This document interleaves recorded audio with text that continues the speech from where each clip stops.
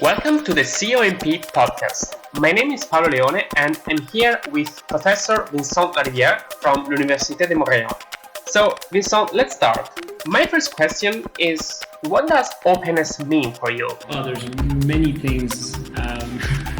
Philosophical question. Yeah, it's a kind of philosophical question. I'm more of an empiricist, so I will give you examples of what I believe should be open. So research historically has been kind of a solitary activity. You would be in your lab, you would do your research, and then in the end what scholars would see would be the paper. And actually that is not totally true, because again, if you remember the Royal Society of London, the first dissemination mechanism for research was actually live experiments. So before the journal existed, fellows of the society would see what the experimenter was doing and could actually evaluate the research in situ, like by seeing what was happening. And then, of course, with the advent of the journal and with the formalization of peer review and its dominant form, which is the double-blind or at least single-blind post-Second World War, then there's been quite a lot of things that have become more hidden in the research process. So I believe that several of these things should be open, but I'm not in favor. Not that I'm not in favor of a total openness. I want us to reflect on the consequences of being totally open on everything, because there are negative consequences to that. So the first thing that needs to be totally open, and on which I don't really believe that there's a lot of negative consequences, are the results of research, which is scholarly journals or books or whatever. So what's being done in the end product should be open. And this is increasingly happening, as we've seen during this conference. Then there's the question of open reviews. Should reviews be open? And what do we mean by open? Typically, there's two things that are conflated. Do we actually want the content of the review to be open, so that the community can read what has been said in the manuscript? And then the other aspect, which is, do we want the reviewer's name to be disclosed? Which would be a totally open review, because you know that I evaluate you, and here's the content of the review, and everyone can see it. While I'm quite in favor of seeing the reviews published, which means that everyone can see the criticism that are being made, when it comes to the names, we need to think about, again, the consequences. So if you're a junior scholar who evaluates a senior scholar, and then the senior scholar says, okay, so that junior scholar is telling that I'm wrong, blah, blah, blah, in front of everyone, there's going to be consequences to that person, you see? So the different power struggles and power relationships that exist in academia means that if you're opening some of these aspects, well, you need to actually have counterbalancing kind of forces that leads to not having negative consequences for the people. So that's one thing. The second thing related to that is, if I have to evaluate a paper by someone that I know might have consequences, that it might have consequences on me, then I might do a very weak review. I might just say, yeah, this is excellent, this is amazing, and so it has, again, consequences on that. So open access to papers, open reviews. Then it comes to open data. And open data is tough because there's so many cases. Ideally, see, we go back to the philosophical point of view, ideally, all of that should be open for a very simple reason, which is reproducibility and the testing of the data. And if we only believe about the science, yes, all of the data should be there.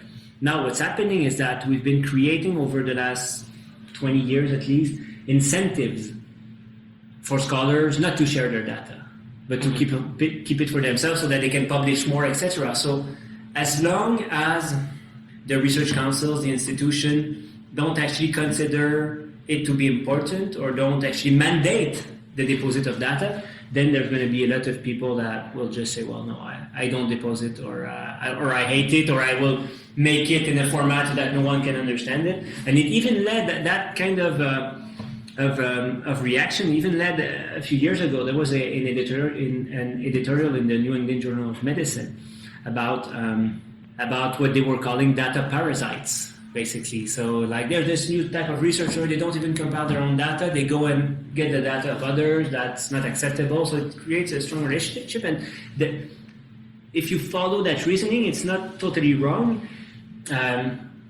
but not from the angles that they take. It's not totally wrong in the sense that as a researcher, you kind of often want to control all of the steps of the research.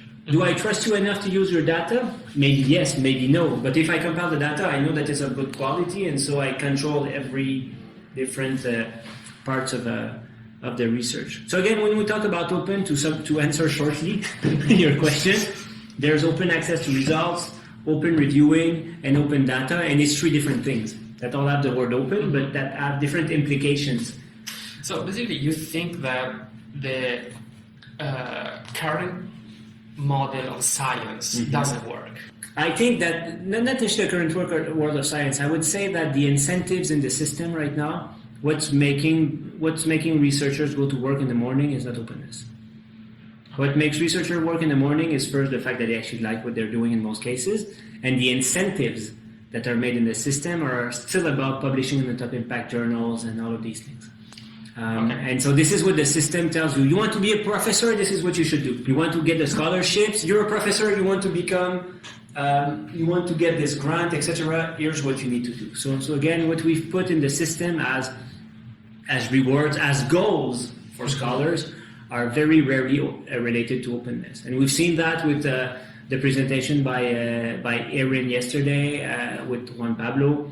What they show with their analysis of tenure policies is that it's still research excellence and openness is a tiny, tiny fraction of what's considered to be important. So, what is the role of technology in open science? Is it an essential element, or? I think totally. We cannot think about open science without technology. So, the openness, and it's true of papers, it's true of open data.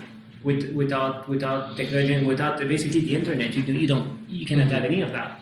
You need to have those platforms. You need that for storage. You need all of the things that the web can do. Fits perfectly with that. Well, that's quite interesting because many people say that openness, open science is almost an ethical obligation. But then we say that open science can't exist without technology. So basically, in this case, it's technology that create an ethical obligation. Yes, I agree. But I would say, so again, open data, the fact that it's an ethical obligation, to me, is debatable. Okay. Because of what we've already mentioned about the role of ethics committee in constraining data. So we need to rethink what ethics do we want for science. Because at the moment, those two ethical frameworks don't agree with each other. Of course, I agree that in an ideal world, all data should be there so that everyone has access to it, that we can reproduce science. And that everyone can have access to everything that is being done. But that being said, we need to do that in a way that it does not infringe the basic ethical criteria that we've set up over the last 50 years, which was consent by researchers, protection of their information. And again, those two at the moment are not. There's a lot of debates on that in Quebec about artificial intelligence, and so. There's plenty of data. Who knows the most about me?